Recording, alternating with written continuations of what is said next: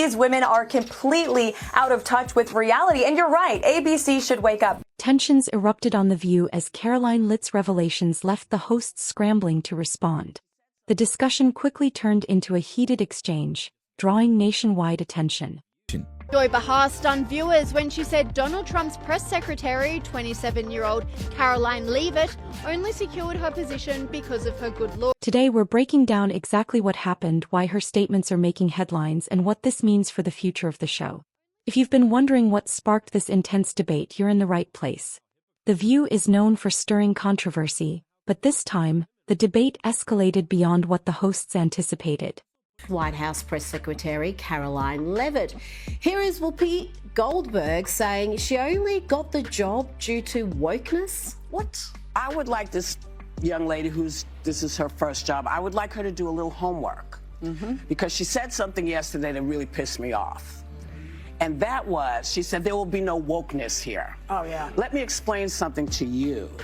Because without that wokeness, you might not have that job. No, Whoopi. Corinne Jean-Pierre got the job because of wokeness. You and your old mate Joy Behar may have your jobs because of wokeness, but do not smear a competent professional woman like Karoline Leavitt with your nonsense, and don't lie about this being her first job. We know what you're doing there. Karoline Leavitt's role as White House press secretary immediately made her a target for criticism, with media figures questioning her credentials and motives. Critics attempted to dismiss her rise in politics, but their attacks didn't land as expected. Press Secretary Karoline Leavitt. The left pretends to be a champion of women until they find one who is a conservative. Once that happens, they love nothing more than tearing down women with the most petty and vacuous of insults. Leavitt appears to be a fierce operator, but she's also 27 and arguably quite glamorous. So, of course, the kind and progressive voices at The View reacted to her appointment like this. I think she's probably been put in there because, according to Donald Trump, she's a 10. Instead of weakening her credibility, the backlash highlighted deeper issues in political discourse, leaving the hosts of The View on the defensive. The conversation took a sharp turn when Joy Behar, a longtime advocate for women's empowerment, made a remark that raised serious questions about consistency in messaging. And the abuse continued. I would like this young lady this is her first job, I would like her to do a little homework. Because she said something yesterday that really pissed me off. And that was, she said, there will be no wokeness here. Oh, yeah. Let me explain something to you. Because without that wokeness, you might not have that job. Rather than acknowledging Leavitt's professional experience, Behar attributed her success to appearance, sparking immediate debate. This moment fueled discussions about hypocrisy in media, especially when it comes to how conservative women are portrayed. How can public figures champion equality while simultaneously undermining female professionals based on personal factors?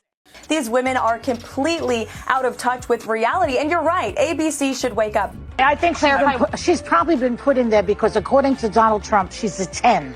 You know that's what it is. I want to be clear, though, it's not her first job. It was her first press briefing. She worked in the previous Trump administration. The comment was bizarre, especially coming from Joy Behar, who is as woke as they come and positions herself as a champion of feminism. This online commentator said, disgusting Joy Behar of The View accuses Karoline Leavitt of being hired only because Donald Trump thought she was a 10. Karoline Leavitt actually comes with real job qualifications, unlike Biden's DEI hires, Joyless Behar. This commentator doubled down, saying Karoline Leavitt was only hired by Donald Trump because she's a 10. You know that what it is. Actually, she's quite capable, unlike the last press secretary who was only hired because she was a black lesbian. Meghan McCain didn't hesitate to push back, challenging the selective nature of media narratives. This exchange wasn't just about The View. It reflected larger tensions in political and media landscapes. The conversation surrounding Karoline Leavitt's appearance on The View continued to escalate, drawing reactions across media platforms.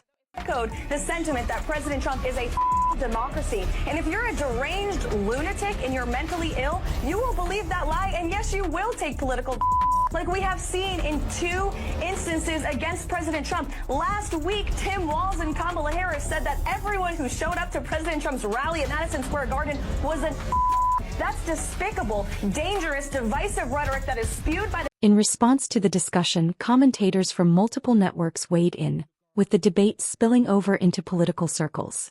Meanwhile, Karoline didn't just address the remarks made about her. She took on broader media narratives, particularly how ideological bias influences political commentary. She made it clear that the current political landscape is shifting, and those relying on media-driven narratives for relevance may find themselves struggling to maintain influence. According to Leavitt, the traditional media cycle has thrived on manufactured controversy, but with public trust in journalism declining, that era may be fading. She emphasized that substance and policy discussions are becoming more important than media-driven distractions, making it clear that a political shift is underway. As the debate continued, Whoopi Goldberg attempted to reframe the discussion, focusing on the role of wokeness in shaping civil rights progress. She argued that wokeness had been instrumental in expanding opportunities, stating, "Without that wokeness, you might not have that job." However, Leavitt challenged that comparison, questioning whether modern political activism truly aligns with historic civil rights movements. She pointed out that advocating for ideological uniformity contradicts the original mission of inclusivity and open discourse. The exchange quickly became a larger discussion on how modern political terminology is being used, particularly in shaping public perception. Karoline argued that discrediting opposing views in the name of progress contradicts the very principles of open dialogue. Whoopi defended her stance, arguing that societal shifts require active advocacy, but Karoline countered by emphasizing that advocacy should welcome all perspectives, not suppress dissenting voices. The tension in the studio was palpable, and social media erupted once again, with audiences debating both sides of the issue. As the fallout from this conversation continues to unfold, one thing remains clear. The debate surrounding political discourse in mainstream media is far from settled. The debate intensified when Whoopi Goldberg shifted focus from Karoline Leavitt's statements about media trust to a broader discussion on identity politics. Instead of addressing the concerns Karoline raised about the decline of media credibility, Whoopi framed the conversation around historical inequalities. She argued that wokeness played a role in breaking barriers, stating, "Because Black people couldn't get into colleges, because women couldn't get into the colleges they wanted, this is all women." However, Leavitt stood firm, challenging whether modern wokeness aligns with its original intent or if it has become a tool for division. Whoopi continued, claiming that Leavitt misunderstood wokeness, stating, "It's not a terrible thing to be. That's why we fought for you to stand at that podium." She emphasized that progress had allowed for figures like White House Press Secretary Karine Jean-Pierre to succeed, but Karoline pushed back, arguing that wokeness today is less about equality and more about ideological conformity.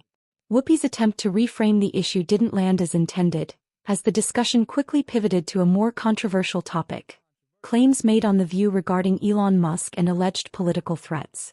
Karoline called out the panel for spreading unfounded accusations while simultaneously criticizing conservatives for so-called conspiracy theories. She pointed out how legacy media narratives have changed over the years, often adapting to fit shifting political agendas. She reminded them that for years, mainstream media figures have mocked, criticized, and misrepresented political figures, shaping public perception without accountability. Karoline emphasized that millions of Americans no longer accept these narratives without question, highlighting how viewers are now seeking independent sources over traditional outlets. For decades, The View and other legacy media platforms have operated with little pushback, often silencing dissenting voices and controlling public opinion.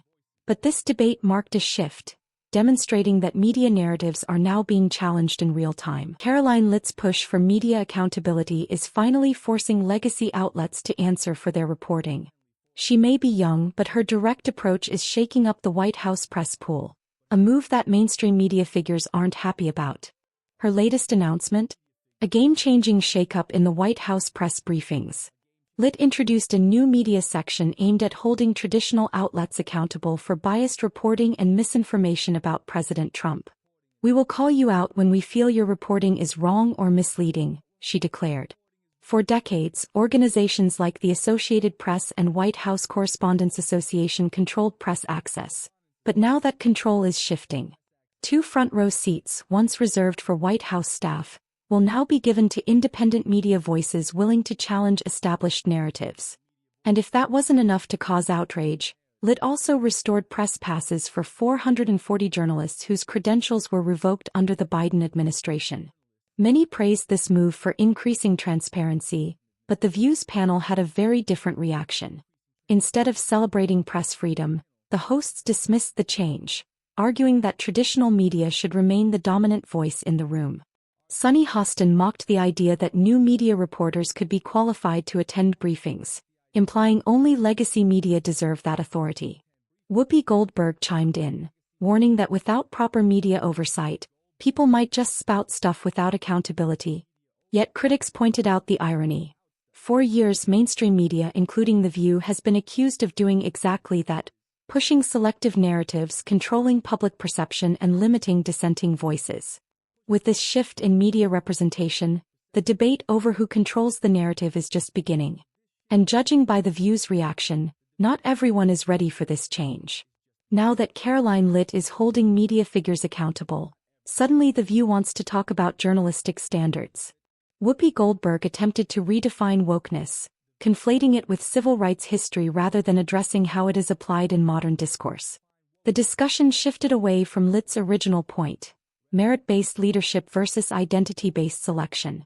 At its core, this debate isn't about ethics or journalism, it's about control over the narrative. For years, mainstream media dictated public perception, but now millions of Americans are turning to alternative news sources, and that shift has legacy media figures panicked. Leave it to the youngest press secretary in U.S. history to call out traditional outlets for losing public trust. We know for a fact that many legacy media outlets have pushed false narratives about this president and his family, she stated. We will call you out when your reporting is misleading or inaccurate. This marked a shift, forcing The View and other platforms to reckon with their unchecked influence. For years, these hosts have spread narratives with little pushback, but those days are ending. Leavitt's firm stance signals a new era of accountability in media. Her appointment draws comparisons, particularly with her predecessor Karine Jean-Pierre, who often emphasized her historic identity in the role. While representation is important, competence speaks louder than labels. Even former press secretary Jen Psaki criticized the repetitive messaging approach, calling it diminishing. Yet The View continues to frame discussions around identity politics rather than substantive policy debates. But Leavitt isn't engaging in that game. She's focused on the job itself. Still, The View wasn't done trying to undermine her. After failing to discredit her with personal attacks, the panel attempted a classic gotcha moment, this time on illegal immigration. When asked about the 3,500 arrests made by ICE since Trump returned to office, she flipped the narrative. The panel pressed her, hoping she'd admit Trump's policies were unfair to illegal immigrants. Instead, she reminded them, breaking immigration laws is a crime. All of them broke the law by entering illegally. With that, their argument crumbled. Instead of conceding, the panel doubled down, attempting to reframe the issue as a cultural shift rather than law enforcement. The last administration didn't see it that way, they argued. Yet the reality remained. Prioritizing law-abiding citizens over illegal entry isn't new policy. It's enforcement of existing law. For years, mainstream media has claimed to fight for justice. But this debate exposed that their concern was about pushing a political narrative. Karoline saw it for what it was: a transparent attempt to trap her. She didn't just hold her ground, she exposed the contradictions in their argument. I work for a president who is getting things done and delivering on his promises, she declared. And she did it with confidence. Karoline isn't just challenging The View, she's taking on legacy media as a whole. She understands how the media operates, and now the public is seeing it too. Legacy media has controlled narratives for years, selectively shaping public perception, but Karoline is shutting it down in real time. And the best part? The more they push back, the more they prove her point. In a final blow, Karoline called out how media outlets have catered to partisan agendas, leaving them disconnected from public sentiment. The Democrats are in disarray because they've become a globalist party, spending taxpayer dollars on useless priorities, she stated. For years, these platforms have been a mouthpiece for one side, echoing whatever narrative they were given. But now that influence is slipping away. With Karoline Leavitt holding the media accountable, mainstream outlets are struggling to respond. For years they've pushed one-sided narratives, but the moment someone challenges them, they crumble under scrutiny. Karoline isn't just exposing their bias, she's forcing them to confront their own downfall in real time. The majority of Americans want responsible leadership, not radical agendas. And as political priorities continue shifting, media platforms must adapt or risk irrelevance. The president will continue prioritizing Americans, and the left can either get on board or prepare to lose another election, Leavitt declared. But this is only the beginning. With media influence rapidly changing, legacy outlets are desperate to regain control but failing miserably. So the question remains, how much longer can they keep up the charade? Are we witnessing the decline of mainstream media dominance, or will they find a way to regain influence? Drop a comment below with your thoughts. And before you go, hit like, subscribe, and turn on notifications for more hard-hitting breakdowns. This fight is far from over, and you won't want to miss what happens next. See you next time.